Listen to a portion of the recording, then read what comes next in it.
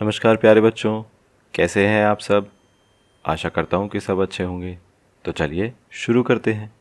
आज हम करने वाले हैं वर्कशीट नंबर 82। अगर आप यही वर्कशीट इंग्लिश में करना चाह रहे हैं तो वीडियो के डिस्क्रिप्शन में दिए गए लिंक पर जाकर देख सकते हैं।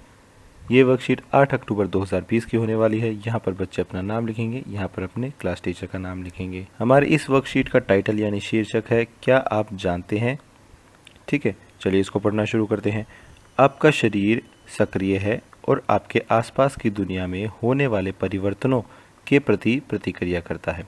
यानी हमारा जो शरीर है वो हमारे आसपास की दुनिया को महसूस करता है और उसमें जो भी बदलाव आते हैं, जो भी परिवर्तन होते हैं, वो उनके लिए तैयार रहता है और उन्हीं के हिसाब से काम करता है। जैसे कि आपके कान आपको ध्वनियों के बारे में बताते हैं, आपकी नाक आपको खुशबू के बारे में बताती है और आपकी जीभ आपको स्वाद के बारे में बताती है और आपकी आँखें प्रकाश के बारे में बताती है। और जब आप किसी चीज़ को छूते हैं तो आपकी त्वचा महसूस कर सकती है कि क्या वह खुरदरी है या चिकनी है, और गर्म है या ठंडी है। यानी यहाँ पर इसने 5 ऐसे अंगों के बारे में बताया है जिनका हम इस्तेमाल करते हैं अपनी आसपास की दुनिया को महसूस करने के लिए। कौन कौन से? सबसे पहले कान, उसके बाद इसने नाक बताया है, फिर इसने बताया है जीभ और आँखें, और आखिरी में बताया है हमारी त्वचा। ठीक है, तो ये 5 चीज़ें क्या हैं? इन 5 चीज़ों को हम बोलते हैं ज्ञानेंद्रिय। ठीक है, कि इनका हम इस्तेमाल करते हैं अपने आसपास के वातावरण को महसूस करने के लिए और उसके हिसाब से प्रतिक्रिया करने के लिए। चलिए आगे बढ़ते हैं। फिर यहाँ पर वो एक क्रियाकलाप बता रहा है। उससे पहले उसने एक प्रश्न पूछा है कि सोनिया कैसे समझ सकती है कि मेज़ पर क्या है। अब देखो, ये यहाँ पर फोटो में देख रहे हैं, ये सोनिया है। ठीक है, और इसके सामने अलग अलग चीज़ें रखी हैं। वो हमसे पूछ रहा है कि जब सोनिया की आंखों पर पट्टी बंधी है, ये देखो, ठीक है, आंखों पर पट्टी बंधी है, तो वो कैसे बताएगी कि उसके सामने क्या रखा है। ठीक है, तो यहाँ पर हम ये बता सकते हैं कि सोनिया अपनी ज्ञानेंद्रियों का इस्तेमाल करती है या अपनी इंद्रियों का इस्तेमाल करके बता सकती है कि मेज़ पर क्या रखा है। तो आइए इसको लिख लेते हैं। ये लीजिए, तो आप यहाँ पर लिख सकते हैं कि सोनिया अपनी इंद्रियों का प्रयोग करके समझ सकती है कि मेज़ पर क्या रखा है। चलिए आगे देखते हैं। फिर वो कह रहा है कि प्रत्येक वस्तु को उसके शरीर के उस भाग से मिलाने वाली रेखा खींचिए जो उसे समझ सकती है।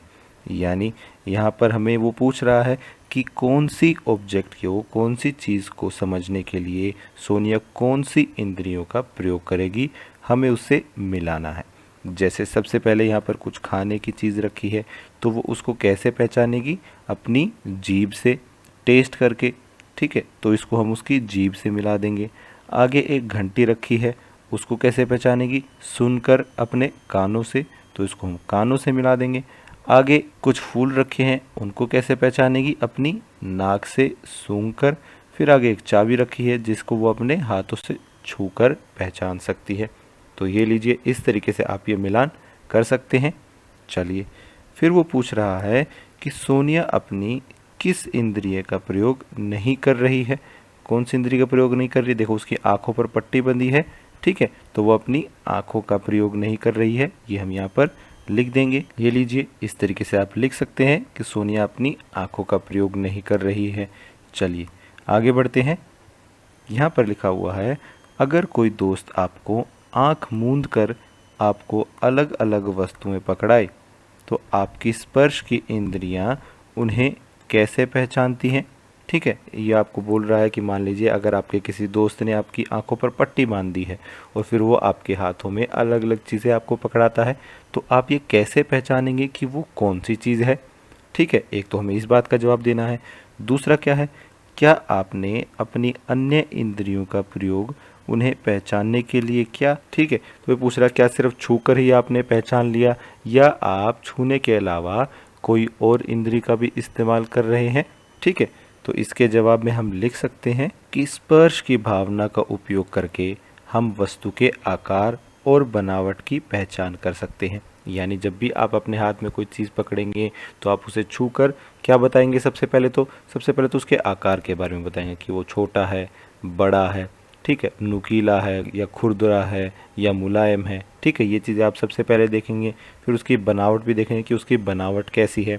ठीक है। और उसके बाद हम क्या करेंगे, जब इतना पता लग जाएगा उसके बाद हम अंदाज़ा लगाएंगे, अनुमान लगाएंगे कि वो चीज़ क्या हो सकती है। चलिए, और क्या हम क्या कर सकते हैं, हाँ, हम वस्तु की पहचान करने के लिए सूंघने की शक्ति का भी उपयोग कर सकते हैं। ठीक है।